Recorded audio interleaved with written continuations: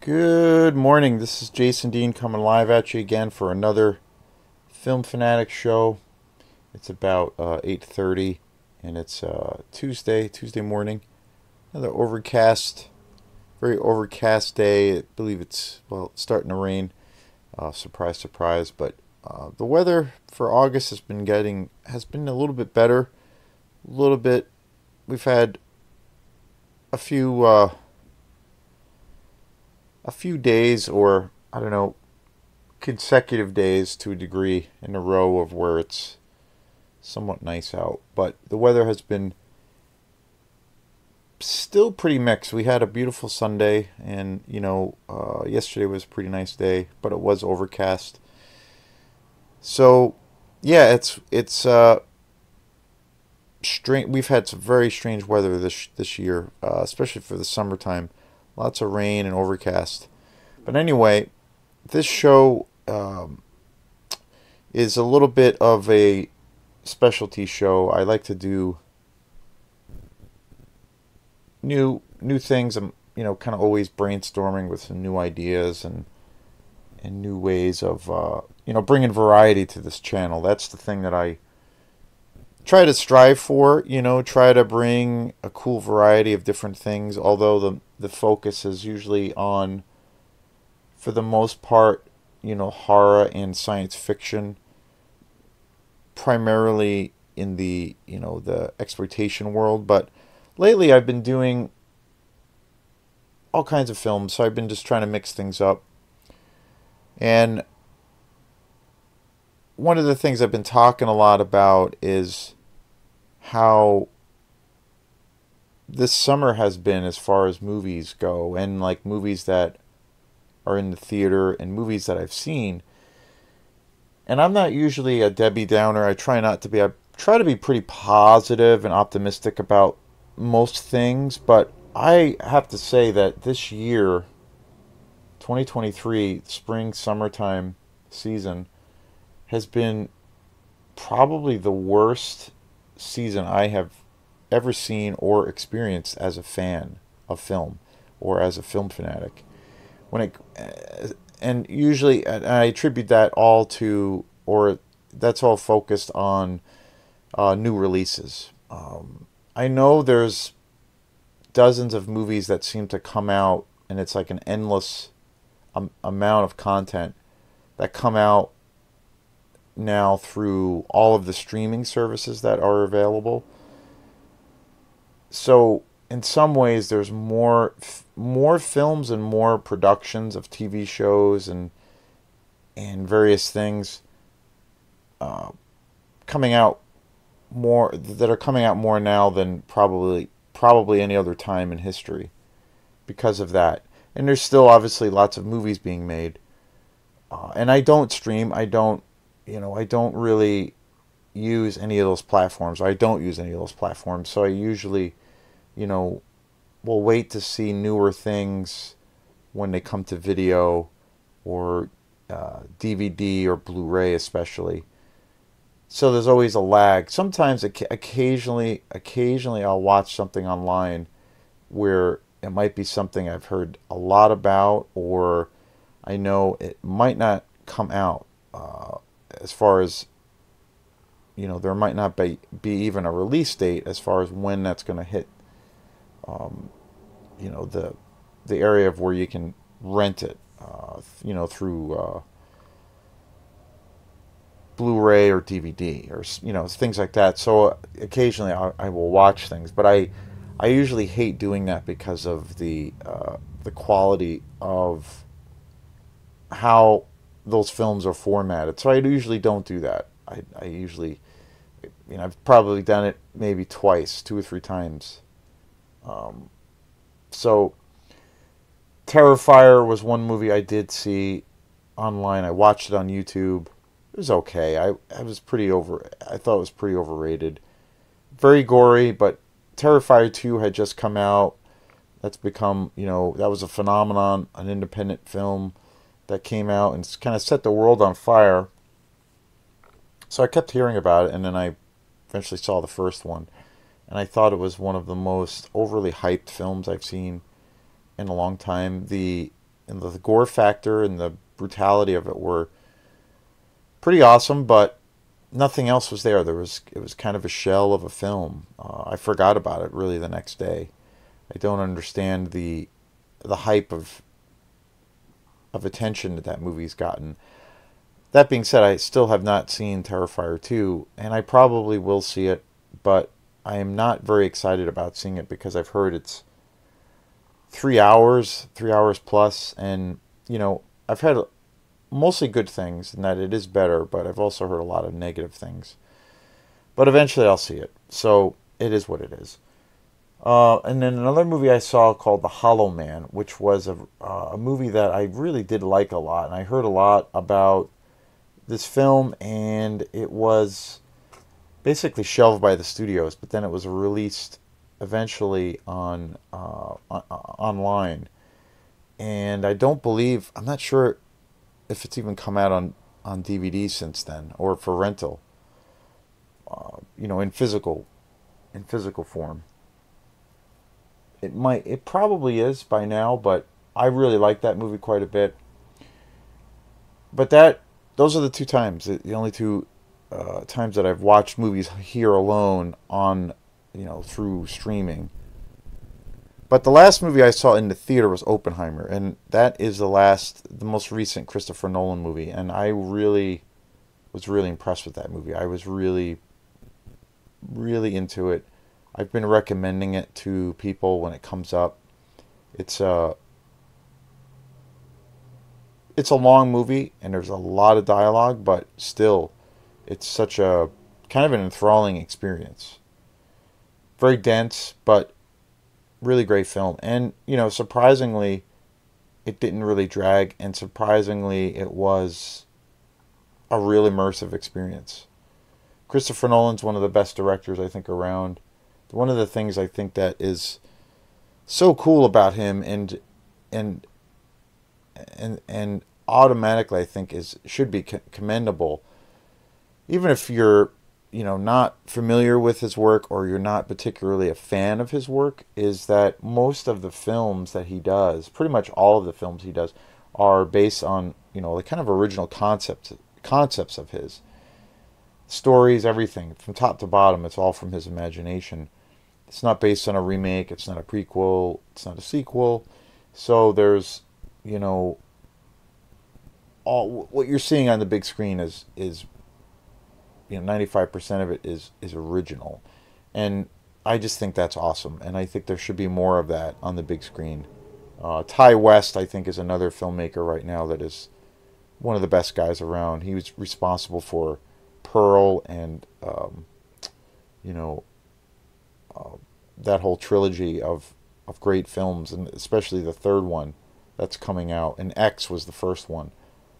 Great modern horror films, just tremendous, but original, totally original content.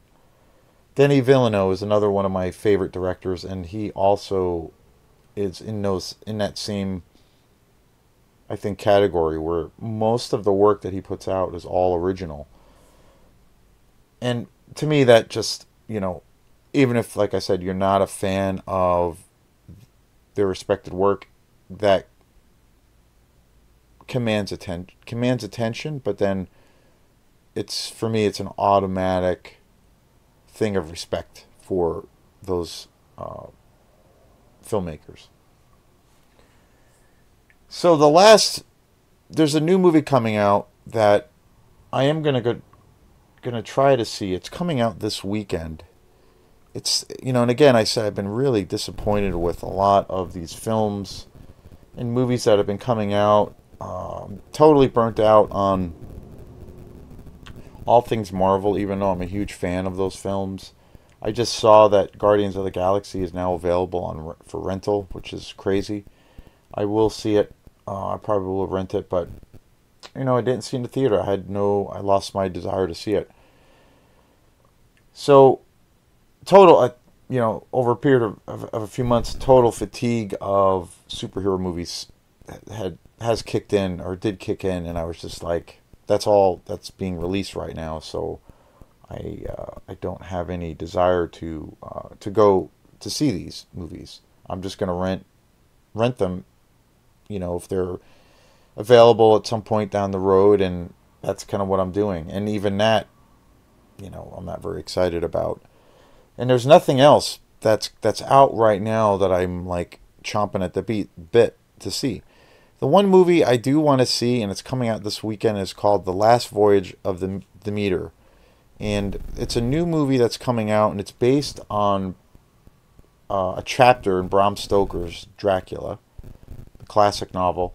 I'm a huge Dracula fan, huge vampire fan. My favorite vampire movie or Dracula tale of all time is Francis Ford Coppola's Dracula with Bram Stoker. And this film is apparently centered on just one chapter in the book.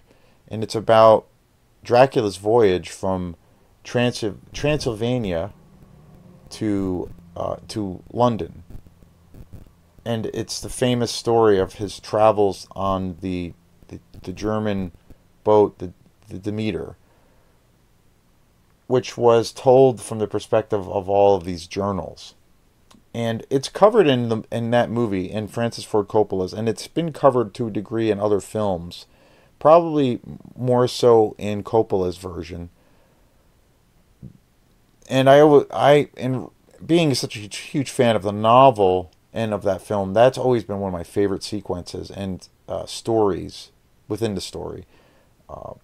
And so I thought, okay, this could be a cool concept and idea to kind of turn this into, a movie, because it's basically about him, Dracula, attacking and killing everyone on board on this boat, and then eventually the ship is found, destroyed, shipwrecked on the beach, and then eventually Dracula establishes Carfax Abbey, and that's where the majority of the story takes place in the book. So, very interesting kind of idea, concept, and to make I don't know, to make a 2-hour movie out of that could be interesting. Trailers for it have been pretty mixed. I think some of the trailers look really bad.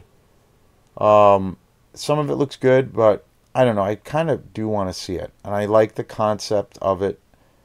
The design for Dracula, from what I saw in the trailer, looks pretty awesome. Harkens back to the Nosferatu, the more shape-shifting version of Dracula.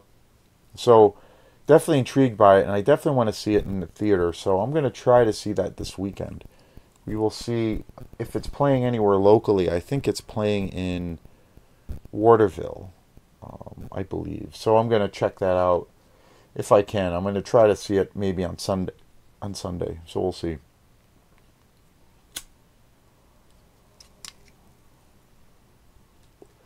The other interesting thing about it that looks really cool is the director, who is responsible for the voyage of the last Demeter.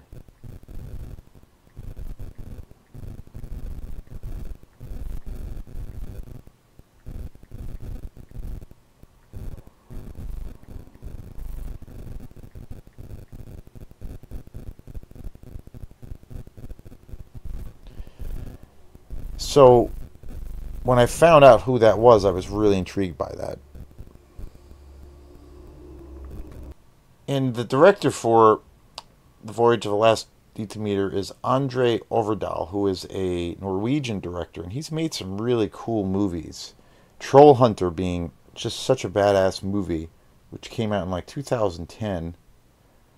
He also made another great film called The Autopsy of Jane Doe.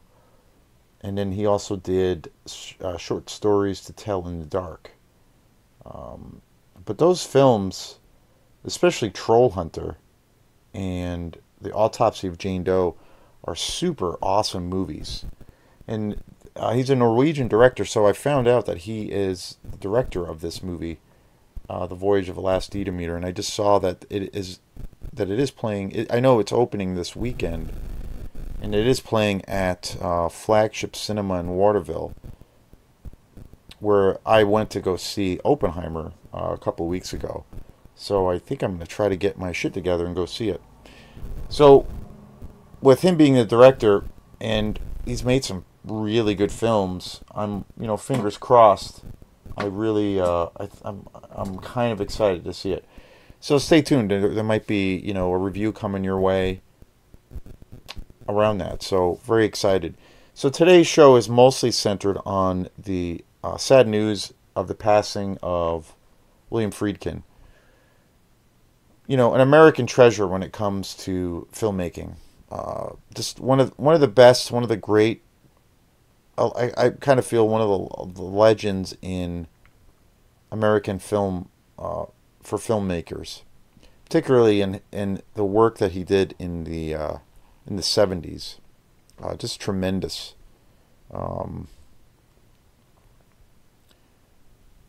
Tremendous body of work. And it's kind of strange and ironic, but he just passed the other day, and there's been all of this talk of the new Exorcist movie that's coming out. And when I saw Oppenheimer, they had the trailer for the new Exorcist movie. And it's directed by David Alan Green, who did the Halloween trilogy that's, kind of just concluded this past year. And it's being released through Blumhouse. And I was really not very excited by the trailer. I thought the trailer looked just really generic. And, I'll probably eventually see it. I probably will not see it in the theater, but... And, it's just the timing of it all. And Linda Blair is supposedly in this new one, and I don't know. So there's a lot of talk again about The Exorcist, and then hearing William Friedkin just passed away. Kind of weird timing. But, again, such an incredible director. The Exorcist, of course, which came out in 1973, which completely was a game changer, changed the face of horror movies and movies to that degree forever. Another classic film of his, The French Connection, in 1971. I love that movie to death. It's one of my favorite roles, starring Gene Hackman. Such an incredible movie. Sorcerer in 1977, another amazing film. Roy Scheider, Cruising with Al Pacino, another fantastic movie in 1980. I haven't seen that in a long time. Another movie of his, To Live and Die in L.A., which I own, 1985. Awesome movie. Killer Joe, which is a more recent film he did with Matthew McConaughey in 2011. Some really, really great films. Bug, which is actually a pretty good movie, another more recent movie.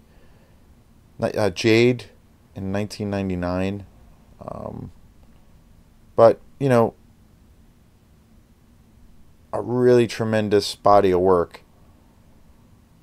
And he was about 87 when he passed away, but, I really think his legacy is pretty incredible. You could just look at his massive body of work, and you can, pick, like, say, well, obviously The Exorcist, The French Connection, or Sorcerer, or, a handful of a handful of those movies that he's directed, and just see how what an impact he's had on in the world of cinema, and the impact he had on many directors, and how influential he was. I've always loved his work because I've always said to my favorite, I do love a lot of new films, but my favorite time periods to go back to when I watch films is definitely like in the 70s and 80s.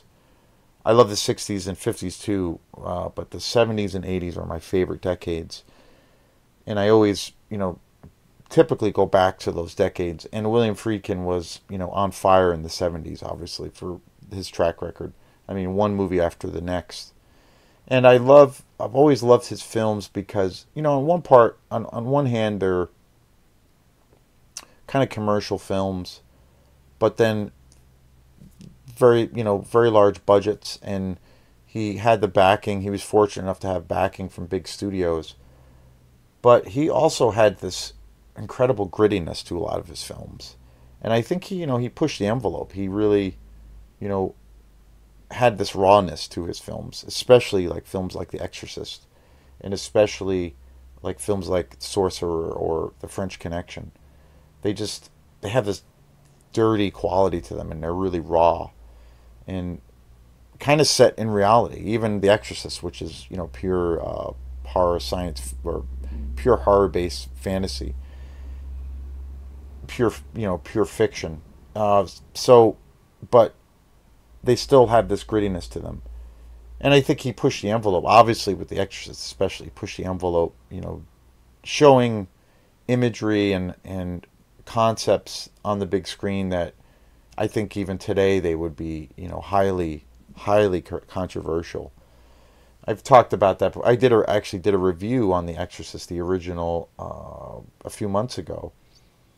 And when I was getting the idea to put together a show for that movie, which I think, arguably, is probably, and it's been said by lots of people, um, could very well be the greatest or legitimately the most terrifying horror film ever made.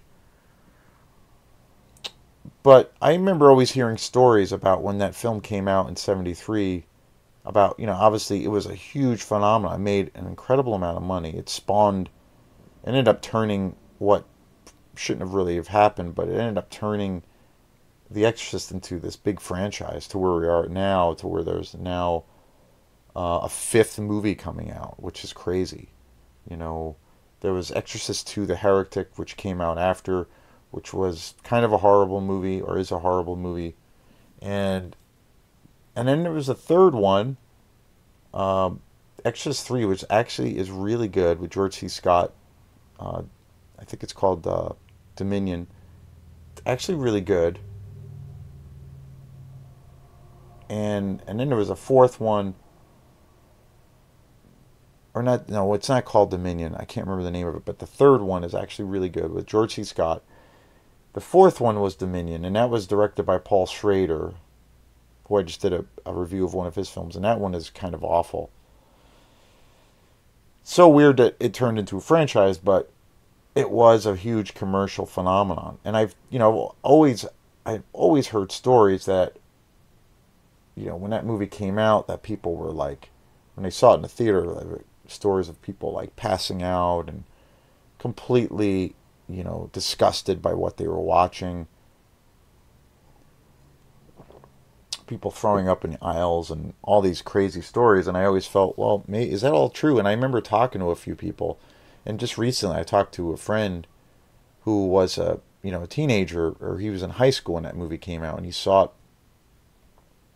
And he said, yeah, he saw it firsthand. He saw people like passing out in the aisles and just like getting up to go to the bathroom and throwing up, and people screaming at the theater, screaming at the screen and running out of the theater in terror.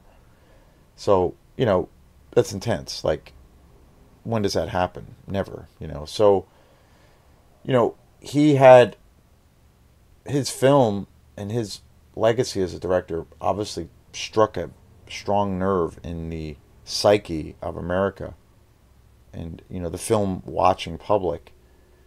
So culturally it had a huge impact to where it's still, current, and it's still impactful.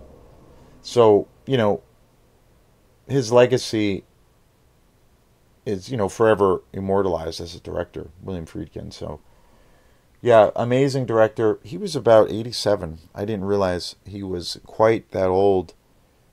And I guess he was battling, he was sick for a while and had pneumonia. So, but pretty sad, but just an amazing director. So I wanted to do a little show where I talked about him and his films, and his unforgettable legacy and contributions to the world of cinema.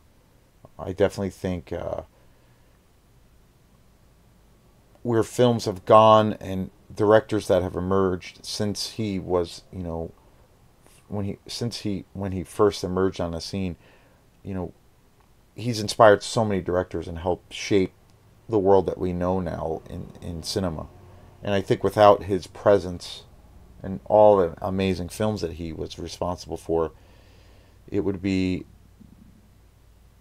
significantly different. So, you know, rest in peace, William Friedkin. And if you get a chance, see any of these films check out any of these films that I've been talking about. They're pretty tremendous, and he had a lot of variety to the films that he did. He's done horror films. He's done like crime drama films. He's bounced back and forth quite a bit, but he's always, I feel, all in pretty much all the films that I've seen of his. There's always been this grittiness and this kind of dark edge to all of his films, even in his more recent films and his later films that he did in the 2000s. So thanks again, and we will see you next time. Peace.